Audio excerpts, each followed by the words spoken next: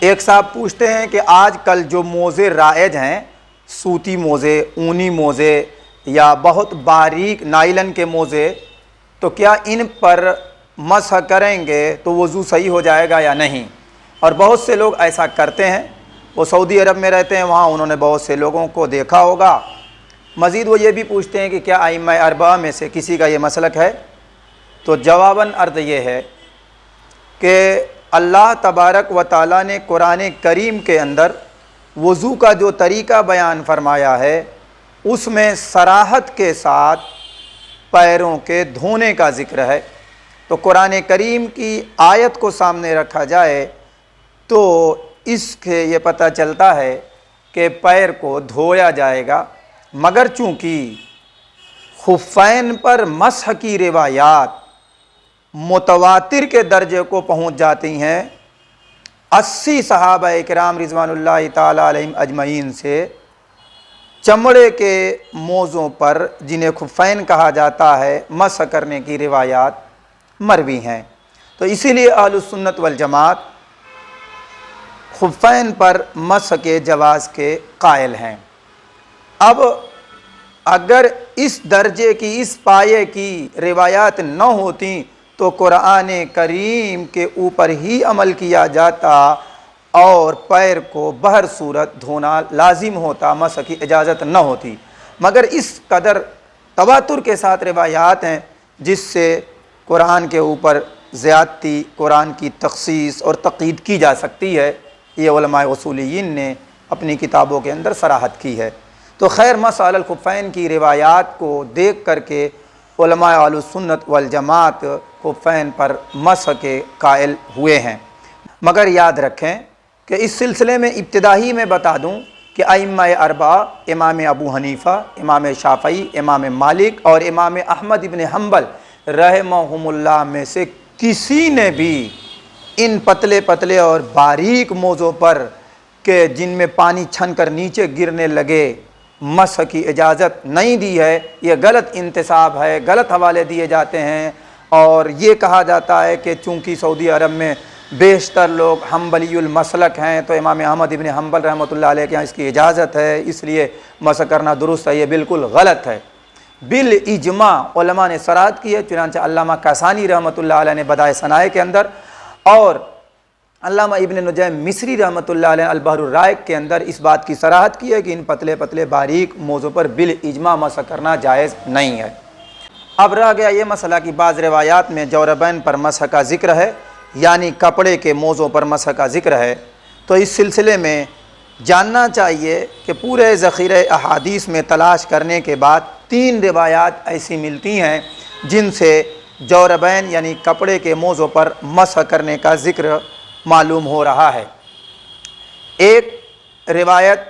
حضرت بلال رضی اللہ تعالیٰ عنہ کی ہے، ایک روایت حضرت ابو موسیٰ اشعری رضی اللہ تعالیٰ عنہ کی ہے۔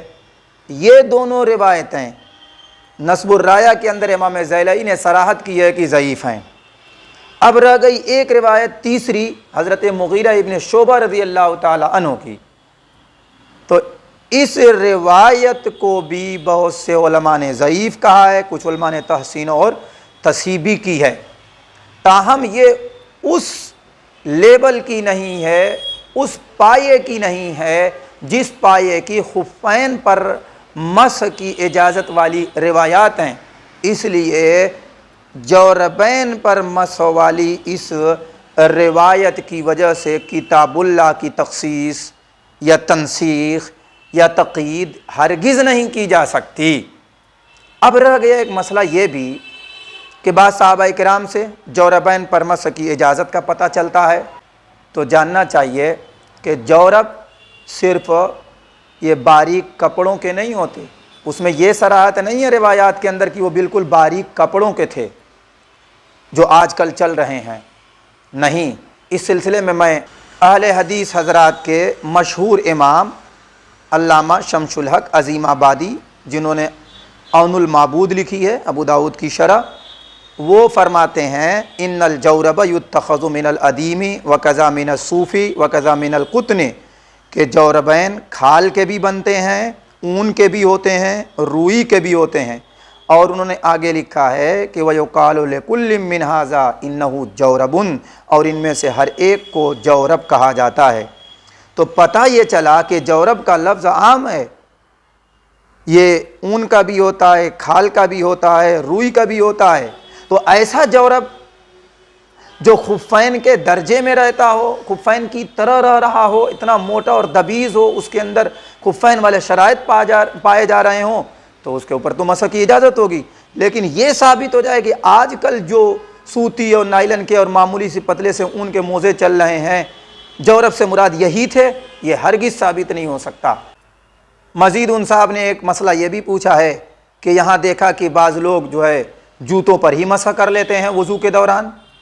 اور اس میں نبی پاک صلی اللہ علیہ وسلم کی ایک حدیث پیش کرتے ہیں کہ اللہ کے رسول صلی اللہ علیہ وسلم وضو کر رہے تھے تو جوتے نہیں اتارے، اور آپ صلی اللہ علیہ وسلم نے اوپر ہی سے جوتوں کے اوپر ہی مسح فرما لیا۔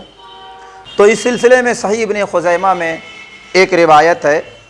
حضرت علی رضی اللہ تعالیٰ عنہ نے پانی کا ایک گلاس منگوایا اور بہت ہی مختصر انہوں نے وضو کیا، اور انہوں نے اپنے جوتوں پر مسح کیا۔ پھر اس کے بعد فرمایا کہ ہاکذا وضوء رسول اللہ صلی اللہ علیہ وسلم للطاہر ما لم یحدث، کہ طہارت کی حالت میں جب تک وضو نہ ٹوٹے حضرت صلی اللہ علیہ وسلم اسی طرح وضو فرمایا کرتے تھے۔ تو اس حدیث سے پتہ یہ چلا کہ اللہ کے رسول صلی اللہ علیہ وسلم نے جوتوں پر جو مسح فرمایا تھا تو آپ صلی اللہ علیہ وسلم باوضو تھے۔ تو کوئی آدمی باوضو ہو اور پھر وہ جو ہے نظافت کے طور پر ہاتھ پیر دھونا چاہ رہا ہو، وضو کرنا چاہ رہا ہو، تو پہلے ہی سے اس کا پیر دھلا ہوا ہے ہی، وہ باوضو ہے، پیر دھونے کی حاجت ہی نہیں ہے، تو ہلکا سا وضو کر لیا اور اوپر سے گرد و غبار وغیرہ لگا تو ہاتھ پھیر لیا۔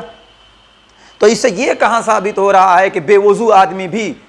جوتوں پر مسح کر سکتا ہے؟ اور پھر عجیب و غریب بات یہ ہے کہ انسان جوتوں پر مسح کرنے کے چکر میں پڑا ہوا ہے، یہ نہیں دیکھتا کہ اس کا جوتا کیسا ہے، اور جوتوں کی حالت میں نماز پڑھنے کے لیے بھی مصیر ہے تو ذرا دیکھ لے کہ اس کا جوتا کیسا ہے۔ آپ اپنے گھر کے فرش پر جوتا پہن کے نہیں جائیں گے، آپ کے بچے، آپ کے اہلیہ محترمہ آپ پر خفا ہو جائیں گی۔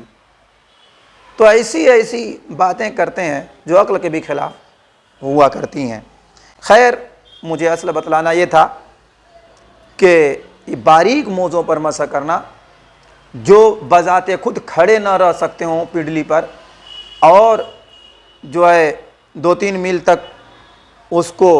ننگے پاؤں یعنی بغیر جوتے کے پہن کر چلا نہ جا سکتا ہو، نیز پانی جس میں چھن جاتا ہو، تو ایسے موضوع پر مسح کی اجازت ہرگز نہیں ہے۔ خواہ مخواہ لوگوں کی نمازوں کو خراب نہیں کرنا چاہیے، اللہ کا خوف کرنا چاہیے، خواہ مخواہ کی ادھر ادھر کی کھینچ تان کر کے، غلط تعویلیں کر کے لوگوں میں یہ باور کرانا کہ ہم ہی حدیث پر عمل کرتے ہیں، اس سلسلے میں تو کوئی صریح اور صحیح حدیث ان کے حق میں مفید ہے ہی نہیں، بلکہ ہے ہی نہیں۔ تو بہرحال دھوکے میں نہیں آنا چاہیے اور اپنا پاؤں دھو لینا چاہیے، یا پھر چمڑے کا موزہ ہو جسے خفین کہا جاتا ہے، اس پر مسح کی اجازت ہے، بقیہ پر اجازت نہیں ہے جس کے اندر خفین کے شرائط نہ پائے جاتے ہوں۔ اب سوال یہ ہے کہ کیا ایسے امام کے پیچھے نماز پڑھنا درست ہے یا نہیں جو سوتی، اونی یا نائلن وغیرہ کے پتلے موزوں پر مسح کر کے نماز پڑھاتا ہے؟ جواباً عرض ہے کہ اس کا وضو ہی نہیں ہوتا تو اس کے پیچھے نماز پڑھنی درست کیسے ہوگی؟ خود اس کی بھی نماز نہیں ہوتی اور جو اس کے پیچھے نماز پڑھتے ہیں ان کی بھی نماز نہیں ہوتی۔ اس لیے ایسے امام کے پیچھے ہرگز نماز نہ پڑھیں۔ محلے کی کسی آس پاس کی کسی ایسی مسجد میں نماز پڑھیں جو امام باقاعدہ اپنا پیر دھوتا ہے یا خفین وغیرہ پہن کر کے مسح کرتا ہے، یا ایسے موضوع پر مسح کرتا ہے جن میں خفین کی تینوں شرائط پائی جاتی ہوں۔ اور اگر آس پاس میں کوئی ایسی مسجد اور امام نہ ملے جس کے پیچھے آپ نماز پڑھ سکیں تو پھر ایسی صورت میں تنہا آپ نماز پڑھیں۔